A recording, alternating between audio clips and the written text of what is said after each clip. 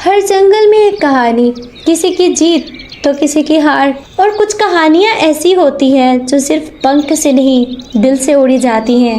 ये कहानी एक माँ की है, एक माँ जो छोटी सी थी पर सपने उसके इंसानों के शहरों से भी बड़े थे। उस जंगल में सभी पक्षियों के छोटे छोटे घोंसले थे। सिर्फ एक घोंसला बड़ा था जिसमें कौवा और कवि रहा करते थे। घमंडी कवि जेवरों से लदी हुई और काफी नीची निगाह से दूसरों को देखती थी। मम्मा, मैं बाहर खेलने जाता हूँ। चक्कू बेटा, गलत बात है, गरीब पक्षियों से नहीं खेलते। तुम तो अमीर हो, घर में बैठो, देखो ना एसी की हवा में बैठो। अपने बेटे को हर आसाइश देना, अपने बेटे को हर सुख सुविधाएं देना और फिर साथ में लाड प्यार भी कुछ ज्यादा करके देना। गोरी, तुम जरा जग्गू को इधर उधर काम पर भी लगा दिया करो। नहीं नहीं कालू जी, ये तो सेठ का बेटा है। मेरा बेटा ऐसे ही नखरे करके पड़ा रहेगा। मैं कभी अपने बेटे को गरीब पक्षियों की तरह जलील नहीं कर सकती। दूसरी तरफ तोते का बेटा भी गरीब, कबूतर का बेटा भी गरीब, चिड़िया के दोनों बच्चे बड़ी ही हसरत की निगाह से हर रोज उनका बड़ा विशाल पेड़ पर घर देखते थे। एक दिन चिड़िया के दोनों बच्चे कौवों के घर के सामने उसके घर को देखे जा रहे थे। कुक्कू भाई, ये घर कितना बड़ा है, क्या हमारा घर भी कभी इतना बड़ा होगा? हाँ गुड़िया बहन, जरूर बड़ा होगा हमारा घर। तभी उनकी माँ चंपा भी वहीं पर आ जाती है। गुड़िया और कुक्कू बेटा, आप यहाँ पर क्या कर रहे हो? मैं तुम लोगों का घर पे इंतजार कर रही थी। मम्मा, हम तो बस घर देख रहे थे, क्या कभी हमारा भी ऐसा घर होगा? अरे मेरे बच्चों, ये तो 2 मंजिला घर है ना, मैं आपका घर 3 मंजिला बनाऊंगी। तभी खिड़की में से गोरी कवि उनको देखकर बोलती है, चिड़िया चिड़िया, तुम्हारा कसूर नहीं, बेचारी दिन में सपने जरूर देखा करो। गोरी बहन, मैं तो ऐसे ही बच्चों को सहला रही थी। बच्चों को सहलाना है तो अलग तरीके से सहलाओ, हमारे घर का मुकाबला करके नहीं। वैसे भी अपना दाना भोजन ही पूरा कर सकोगी, पूरा जीवन भर मेरे कालू सेठ की तरह अमीर नहीं बन पाओगी। चिड़िया मायूस होकर अपने दोनों बच्चों को लेकर घर पर चली जाती है। मम्मा, क्या हम सच में कभी अपना पक्का घर नहीं बना पाएंगे? गुड़िया बेटी, बनाएंगे, जरूर बनाएंगे। फिर वो गोरी आंटी ऐसे क्यों कह रही थी? गुड़िया बेटी, वो थोड़ा घमंडी है ना, उनके पास पैसा ढेर सारा है, तभी वो ये बातें करती हैं। आप चिंता मत करो। ऐसे ही कुछ दिन गुजरते गए। फिर एक दिन सभी पक्षी एक बड़े पेड़ के ऊपर जमा होकर बैठे थे, क्योंकि आज मौसम के पक्षी ने आना था। मौसम का पक्षी उनको मौसम की सूरत हाल बताने के लिए आ जाता है। अरे रे पक्षियों, बड़ी बुरी खबर लाया हूँ। जंगल में ढेर सारी बारिशें आएगी, इतनी बारिशें कि बाढ़ आने का खदशा है, और बाढ़ में तो तुम बह जाओगे। मेरी मानो तो अपने ऊंचे और विशाल पेड़ों पर पक्के घर बना लो। जंगल के सभी पक्षी गरीब थे सिवाय गोरी और कालू के। कालू जी, हमारा घर तो पक्का है, हमें क्या चिंता, चलो हम जरा घूम कर आते हैं। वो खुशी से वहीं पर से चले जाते हैं। तोते भैया, हमारा क्या बनेगा? हमारे तो छोटे छोटे बच्चे भी हैं। अरे चंपा बहन, बनना क्या है, सीधी सी बात है, हम जैसे पक्षी ही बने होते हैं बाढ़ में बहने के लिए। अरे दोस्तों, कैसी बातें कर रहे हो? कबूतर भैया, कोई उपाय निकालो ना आप, मैं अपने छोटे छोटे बच्चों को कैसे बचाऊंगी? वो सभी बहुत परेशान थे। तभी मौसम का पक्षी उनको तसल्ली देता है। अरे आप परेशान मत हो, ढेर सारे गरीब पक्षी हो, एक साथ मिलकर काम करोगे तो फिर एक ना एक दिन कामयाब हो जाओगे। उस समय तो किसी के समझ में कुछ नहीं आ रहा था। सभी उदास मन से अपने घरों की ओर लौट जाते हैं। अरे लूसी, मुझे समझ में नहीं आ रहा, आखिर कब तक हम गरीब रहेंगे? मिठू जी, मुझे छोटे मिठू की चिंता है। वो कहते हैं ना कि जब माँ बाप बन जाते हैं पक्षी तो बच्चों का ख्याल रखते हैं, अपना नहीं। अरे हरियाली, तुम चिंता मत करो, मैं हूँ ना तुम्हारे साथ। तभी ऐसे ही सभी अपनी पत्नियों को काफी सहारा देकर बैठे थे, मगर उधर एक अकेली माँ थी और 2 छोटी जान, उसके 2 छोटे बच्चे थे। गुड़िया और कुकू, आप बाढ़ में परेशान मत होना, बस अपनी माँ का पंख पकड़े रहना, इधर उधर नहीं जाना। मम्मा, वो मौसम का पक्षी कहकर गया था ना कि अगर आप एक साथ काम करोगे तो आप जल्दी कामयाब हो जाओगे। इस बात का क्या मतलब है? गुड़िया बेटी, इस बात का तो ये मतलब है कि हमें सभी गरीब पक्षियों को एक साथ काम करना होगा ताकि हम उस बाढ़ में बह ना सके। तभी चिड़िया की समझ में उस पक्षी की बात आ जाती है। अगली सुबह वो उठकर जल्दी से तोता और कबूतर के पास जाती है। तोता और कबूतर, पता है मौसम का पक्षी हमें सोने से भी अच्छी, हीरे से भी ज्यादा चमकदार बात बोल कर गया है। अरे कौन सी बात? वो तो यही बोल कर गया कि बाढ़ आएगी और तुम बह जाओगे। हाँ, इसमें सोना और हीरे वाली बात कहाँ पर है, जरा बताओ चंपा। अरे कबूतर भैया, जरा शांति से मेरी बात तो सुन लो ना आप लोग। वो बोल कर गया है कि अगर हम सब मिलकर काम करेंगे एक साथ तो हम उस मुसीबत का मुकाबला कर पाएंगे, हम बाढ़ में बहने से बच जाएंगे। अरे तुम कहना क्या चाहती हो, साफ साफ बोलो ना। तोते भैया देखो, अगर हम सब मिलकर काम करेंगे, जैसे कबूतर दाना लेने जाए और आप सूखी लकड़ियां लाओ और मैं यहाँ पर उनको ठोककर अपना बड़ा विशाल पेड़ पर 3 मंजिला घर बना लूं। अरे वाह, ये तो हमने सोचा ही नहीं। अरे वाह, ये तो बड़ा काम का आइडिया है, ऐसा ही करते हैं फिर हम सब। और फिर वो उसी दिन से काम करना शुरू कर देते हैं। कबूतर सबके लिए दाना लेने जाता है। मिट्ठू तोता कुल्हाड़ा लेकर जंगल से सूखी लकड़ियां काटना शुरू करता है। तोता कुल्हाड़ा लेकर जंगल में सूखी लकड़ियां काटने जाता है और फिर चंपा चिड़िया बैठकर ठुकाई करती है और फिर वो घर बनाना शुरू कर देती है। उनको 2 दिन लगातार काम करते हुए हो गए थे और उनका 3 मंजिला घर अब मुकम्मल होने ही वाला था। तभी गोरी कभी वहाँ पर आती है। अरे रे, दिन का सपना सच होने लगा है। छोटी चिड़िया, मेरा घर 2 मंजिला है, तुम्हें 3 मंजिला बनाने की इजाजत किसने दी है? गोरी बहन, ये जंगल सबका है, मुझे किसी की इजाजत की जरूरत थोड़ी ना है। मेरा कॉलूपति सेठ है और सेठ अभी अपने पक्षियों को भेजकर तुम्हारा 3 मंजिला का घर गिरा देगा। ये बात तुम सोचना भी नहीं, इससे पहले तुमको एक माँ की ममता से लड़ना पड़ेगा। गौरी कवि जो हवाओं में बातें कर रही थी वो डर जाती है और वापस अपने घर को चली जाती है। शाम से पहले पहले उनका 3 मंजिला घर बनकर तैयार हो जाता है। एक मंजिल पर तोता तोती उनका बच्चा, दूसरी पर कबूतर कबूतरी उनका बच्चा और सबसे ऊंची वाली तीसरी मंजिल पर चंपा और उसके 2 बच्चे थे। मम्मा, हमारा सपना पूरा हो गया। हाँ गुड़िया बेटी, मैं कहती थी ना, सपना जरूर पूरा होगा। माँ, हमने सबसे अच्छा वाला घर लिया है, 3 मंजिला, हम सबको देख भी सकते हैं, खिड़की में से सारा जंगल दिखता है।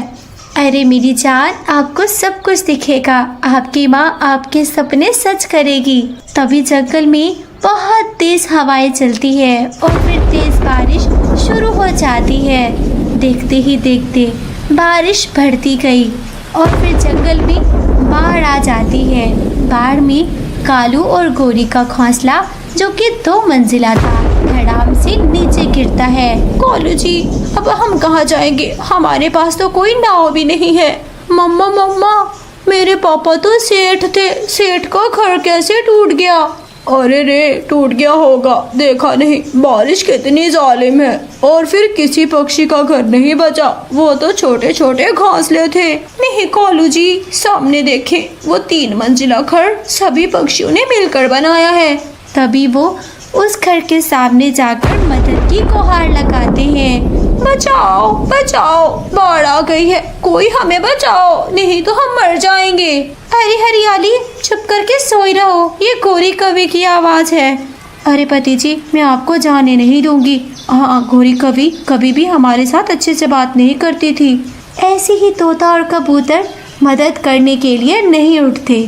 फिर से बूढ़ी चिड़िया उनको अपने घर में आने देती है। तभी वहीं पर कवि बहुत शर्मिंदा थे। नजरें झुकाए माफी वाले अल्फाज बोलकर वो रात गुजारते हैं। तोता और हरियाली तोती की नई शादी हुई थी।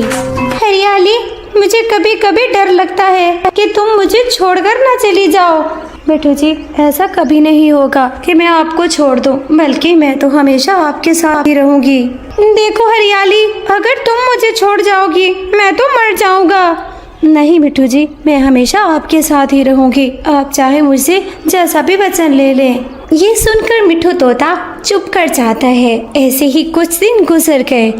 चंपा जी, मेरे मिठू तो मुझसे बहुत प्यार करते हैं, रोज ही मुझसे वचन लेते हैं कि तुम मुझे छोड़कर कभी मत जाना। हाँ हरियाली, ये तो बहुत अच्छी बात है कि मिट्ठू भैया आपसे बहुत प्यार करते हैं। शादी भी वही सफलता की होती है जिसमें प्यार और मोहब्बत हो। मिट्ठू तोता दिन भर जंगल में घूमता और हरियाली के लिए पका हुआ अमरूद लाजमी लेकर आता था। मिट्ठू जी, आप कभी भूलते नहीं हो, मेरा अमरूद लेकर ही आते हो। अरे हरियाली, मैं कैसे भूल सकता हूँ, अमरूद तुम्हारे लिए नहीं लाऊंगा तो किसके लिए लेकर आऊंगा। ऐसे ही उनका प्यार दिन ब दिन बढ़ रहा था। और फिर एक दिन मिट्ठू तोता हरियाली से फिर कहता है, हरियाली सच सच बताओ, मुझे छोड़कर तो नहीं जाओगी।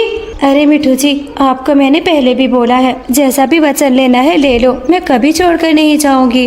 हरियाली, मैं चाहता हूँ कि तुम अपने पंख काट दो ताकि तुम इन पंखों से उड़कर मेरे से दूर ना जा सको। मिट्ठू जी, अगर ऐसी बात है तो मुझे अपने पंखों से ज्यादा आपसे प्यार है, मैं पंख अभी काट देती हूँ। हरियाली तोती कैंची लाकर देती है और फिर मिट्ठू तोता उसके दोनों पंख काट देता है। हरियाली, मैं तुम्हारा ये एहसान कभी नहीं भूलूंगा।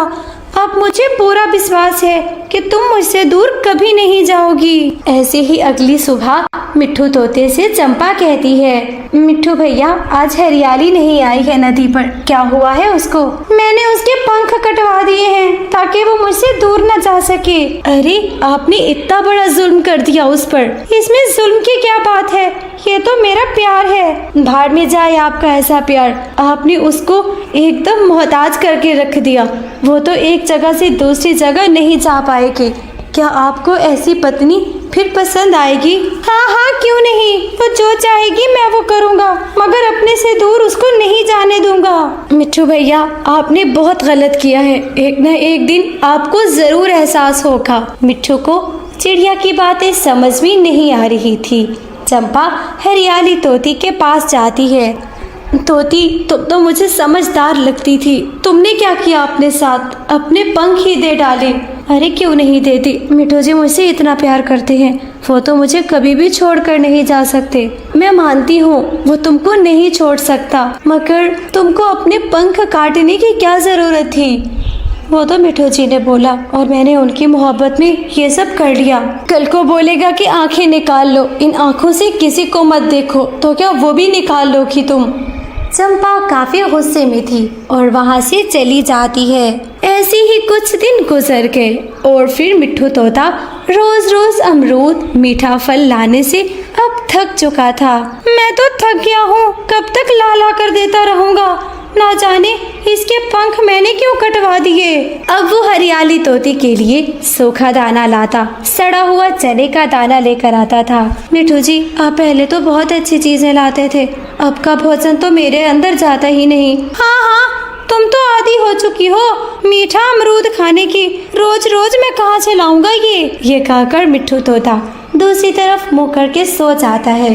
हरियाली तोती को आज बड़ा ही अफसोस हो रहा था, काश मेरे पंख होते तो मैं अपना दाना भोजन खुद ही कर लेती। ऐसे ही बरसात का मौसम आ जाता है। मिट्ठू तोते ने अपने घर की मरम्मत नहीं की थी।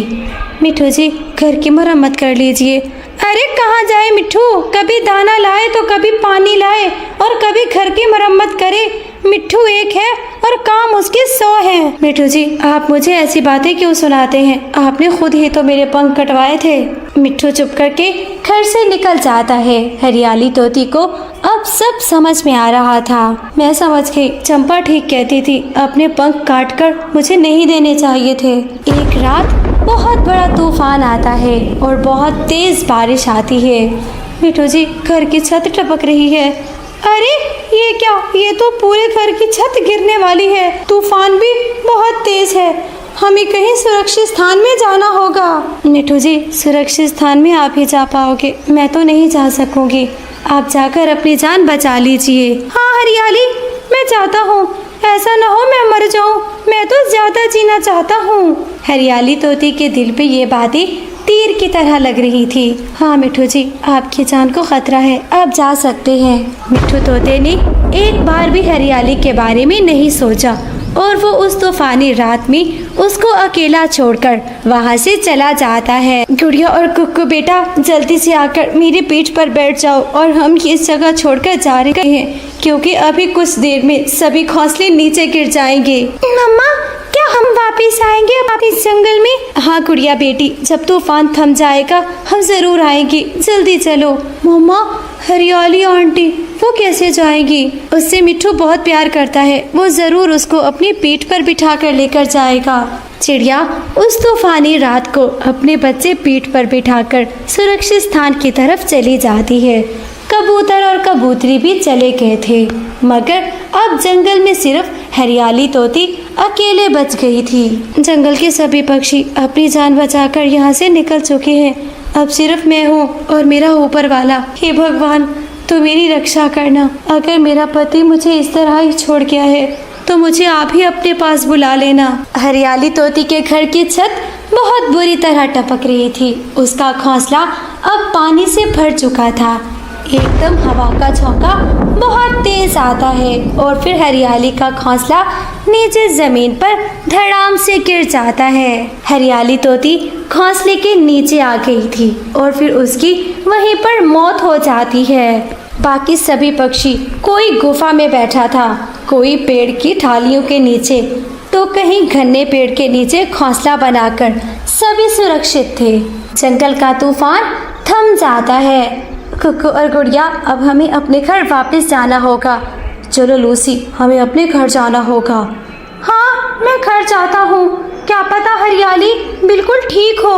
वो सभी पक्षी वापिस ही अपने जंगल की राह लेते हैं। रास्ते में मिट्ठू तोते को एक जगह अमरूद दिखाई देता है। दोस्तों, तुम लोग आगे जाओ, मैं जरा आता हूँ। मिट्ठू तोता अमरूद के पास जाता है। हरियाली तोती ने मेरे लिए इतनी बड़ी कुर्बानी दी, पंख भी काट डाले उसने। आज मैं उसके लिए अमरूद लेकर जाऊंगा। मिट्ठू तोता वो अमरूद लेकर वापस जब घर आता है तो घोंसला टूट चुका था और हरियाली घोंसले के नीचे आकर बिल्कुल मर चुकी थी। हरियाली, हरियाली उठो, देखो मैं तुम्हारे लिए क्या लेकर आया हूँ। मगर हरियाली तोती कोई जवाब नहीं देती और फिर जंगल के दूसरे पक्षी भी जमा हो जाते हैं। बधाई हो, आज हरियाली तोती मर गई है। अरे चंपा, ये कैसी बातें कर रही हो? ऐसा नहीं हो सकता। यही होता है जब तुम लोग ऐसी ऐसी बातें करोगे, ऐसे प्रूफ लोगे, वचन लोगे, तो इससे जान भी जाती है। मिट्ठू तोता सामने वाले पेड़ पर कुछ लिखा हुआ देखता है, जहाँ ऐसे लग रहा था किसी ने खून से कुछ लिखा है। मिट्ठू, तुमने आने में देर कर दी। अरे हरियाली, मुझे माफ कर दो, मैं मर जाऊंगा तुम्हारे बिना। तोते भैया, या तो आप इसी तूफान में एक साथ मर जाते। अब आपने अपना रास्ता अलग किया है और हरियाली ने भी अपना रास्ता अलग कर लिया है। अब क्या ही कर सकता था मिट्ठू। जंगल के सभी पक्षी उससे नफरत करने लगे थे। कोई भी उससे बात करना गवारा नहीं करता था। मम्मा, हरियाली तोती के साथ गलत हुआ है ना? हाँ गुड़िया बेटी, बहुत गलत हुआ है। हम पक्षियों के पास पंख ही तो होते हैं, उड़ने के लिए, अपनी जान बचाने के लिए, दाना लाने के लिए। सब कुछ हम अपने पंखों की बदौलत करते हैं और उस जालिम तोते ने उसके पंख ही काट डाले। हाँ मम्मा, हरियाली आंटी सामने से मौत को देखती रही होगी, मगर वो कुछ भी नहीं कर पाई होगी। सुंदरवन नाम के जंगल में एक फूलों का बागीचा था। वो फूलों का बागीचा बुलबुल डॉक्टर का था। उसमें रंग बिरंगे खिले हुए फूल, जिनका रस एकदम रसीला था। जंगल की छोटी छोटी तितलियां, मधुमक्खियां वो रस चूसने आया करती थी। बुलबुल डॉक्टर उन्हीं फूलों के रस से इलाज किया करती थी। कालू जी, जंगल में कितनी महक है। हाँ गोरी, ये महक उस बुलबुल डॉक्टर के बागीचे से है। उस मोटी बुलबुल से तो मुझे ये बागीचा छीनना ही होगा। अरे छीनेंगे क्यों, फूलों का रस पिएंगे। कालू जी, फिर तो मधुमक्खियों में, तितलियों में और हम में कोई फर्क नहीं रहेगा। हाँ गौरी, इतनी खुशबू वाले फूल मैं कैसे छोड़ सकता हूँ। कालू जी, जब भी रस पीने जाओ मुझे ज़रूर लेकर जाना। हाँ, अभी मैं थोड़ा बाहर जा रहा हूँ, रात में जाएंगे, फूलों का रस पिएंगे। रात हो जाती है। कालू जी, अब तो सभी पक्षी सो गए होंगे, जल्दी चलो, हम फूलों का रस पीने चलते हैं। हाँ गौरी, आराम से चलना, ज्यादा काय काय मत करना। वो दोनों पति पत्नी अपने घर से चले जाते हैं और वो बुलबुल के बागीचे में चले जाते हैं। कालू जी, कितनी अच्छी खुशबू है, मेरा तो मन करता है सभी फूलों का रस निचोड़ लूं। गौरी, ऐसे रस पियो कि किसी को पता भी ना चले और फिर हमारा पेट भी भर जाए। तभी वो बीच बीच अंदर अंदर सभी फूलों का रस पी रहे थे। कालू जी, मेरा पेट तो भर गया। हाँ गौरी, मेरा भी भर गया, चलो अब घर चलते हैं। फूलों का रस पीकर वो अपने घर वापस चले जाते हैं। सुबह हो जाती है। बुलबुल डॉक्टर अपने बागीचे में आती है। अरे, ये मेरे कुछ फूल मुरझाए हुए क्यों है? इनका रस किसने पिया होगा? तभी वहीं से चंपा चिड़िया गुजरती है। बुलबुल बहन, आपके तो फूल अभी से ही मुरझाए हुए हैं। हाँ चंपा, लेकिन मुझे बात समझ में नहीं आ रही, ये फूलों के रस किसी पक्षी ने पिए हैं, क्योंकि मधुमक्खियाँ और तितलियाँ तो इतना रस नहीं पी सकती। हाँ बुलबुल, किसी पक्षी ने शरारत कर ली होगी। आप अपने बागीचे का ध्यान रखो। बुलबुल डॉक्टर अपने बागीचे का ध्यान रखकर बैठी हुई थी। जो रात में आया है वो सुबह में भी आएगा, नहीं तो दिन और शाम में तो जरूर आएगा। सुबह से शाम हो जाती है। कालू जी, मुझे दोबारा वो रस पीने का दिल कर रहा है। गौरी, रात में जाएंगे, रात में पीकर ही आएंगे, दिन दहाड़े पकड़े जाएंगे। हाँ कालू जी, और अब तो फूलों का रस मैं एक जार में भी लाऊंगी अपनी माँ के लिए। हाँ हाँ, जितना मन करे ले लेना। रात हो जाती है। फिर से पति पत्नी वो फूलों का रस पीने के लिए बागीचे में चले जाते हैं। बुलबुल अपने घर में सो रही थी, मगर उसका छोटा बच्चा बुलबुला वो खिड़की में से देख रहा था। माँ, वो देखो, हमारे बागीचे से कोई फूलों का रस पी रहा है। माँ उठो ना। बुलबुल उठ जाती है। अरे कौन है, कौन पी रहा है फूलों का रस? बुलबुल अपने बागीचे में जाती है। वो कौवे वहाँ से भाग जाते हैं। काला काला था, कुछ काला, मुझे और कोई रंग नहीं दिखा। जरूर गौरी और कालू मेरे फूलों का रस पी रहे हैं। मैं सुबह होते ही तोते महाराज के पास जाऊंगी। कालू जी, बच गए, आज तो बच गए। गौरी, अरे बड़ी मुश्किल से बचे हैं, फूलों के रास्ते तो गए, इस बार तो जान से भी जाते थे। कालू जी, अगली बार मैं नहीं जाऊंगी, तुम जाओगे, रस पीकर भी आना और मेरे लिए लेकर भी आना। सुबह हो जाती है। सुबह ही सुबह बुलबुल बड़े गुस्से में थी। वो सीधा चंपा के पास जाती है। चंपा बहन, मैं ना कहती थी कि वो फूलों का रस किसी मधुमक्खी या तितली ने नहीं पिया, बल्कि उन काले कौवों ने पिया है। क्या गौरी और कालू चोरी करने पर लग गए हैं? हाँ क्यों नहीं, काले कौवे हैं, चोरी ही करेंगे ना। बुलबुल बहन, आप चिंता मत करो, इनका हल यही है। आप सीधा तोते महाराज के पास जाओ और उन्हीं को बोलो कि वो ही फैसला दें। चंपा बहन, मैं चाहती हूँ कि तुम भी मेरे साथ चलो। बुलबुल और फिर चंपा दोनों तोते महाराज के दरबार में जाती हैं। महाराज, ये बुलबुल डॉक्टर हमारे पूरे जंगल के बीमार पक्षियों का इलाज करती है। उसने फूलों के बागीचा बनाया है, उन्हीं रस से ही इलाज करती है, और वो रस कालू कौवा, गौरी कवि वही पी रहे हैं। अरे, तुम ऐसे कैसे किसी पर इल्जाम लगा सकते हो? जब तक कोई प्रूफ नहीं होगा मैं इस बात पर यकीन नहीं करूँगा। तोते महाराज, आप जाकर देख लीजिए, मेरे बागीचे के फूल काफी मुरझाए हुए हैं। देखो बुलबुल, पीने वाला कोई और भी हो सकता है, मधुमक्खियाँ, तितलियाँ और कोई प्राणी भी हो सकता है, मगर तुम उनका नाम ऐसे मत लो। चंपा बहन, यहाँ से भी कोई हल नहीं निकलेगा। वो कालू और गौरी कभी भी नहीं सुधरेंगे। महाराज जी, आप एक बार उनको दरबार में बुलाकर पूछिए तो सही। चलो ठीक है, मैं तुम्हारी बात मान ही लेता हूँ। फिर मिट्ठू महाराज कालू कौवा और गौरी कवि को बुलाता है। बताओ गौरी और कालू, तुम लोग बुलबुल के बागीचे से रस पीते हो क्या? नहीं नहीं मिट्ठू महाराज, हम आपको चोर लगते हैं क्या? पहले कभी जंगल में हमने चोरी की है क्या? यही तो बात है, तुम लोग मुझे चोर नहीं लग रहे। हाँ मिट्ठू महाराज, ये हम पर इल्जाम लगा रही है, अपने बागीचे की रखवाली नहीं करती, कोई भी चोरी रस पी जाएगा तो क्या ये हमारा नाम लगाएगी? देखो बुलबुल, तुम्हारा बागीचा है, उसका ध्यान तुम रखो। जो चोर आता है उसको पकड़कर मेरे पास लेकर आओ। मैं उसको सजा ना दूं तो तब कहना कि मिट्ठू महाराज इंसाफ नहीं करता। बुलबुल चुप कर जाती है और फिर शांति से वापस अपने बागीचे में आ जाती है।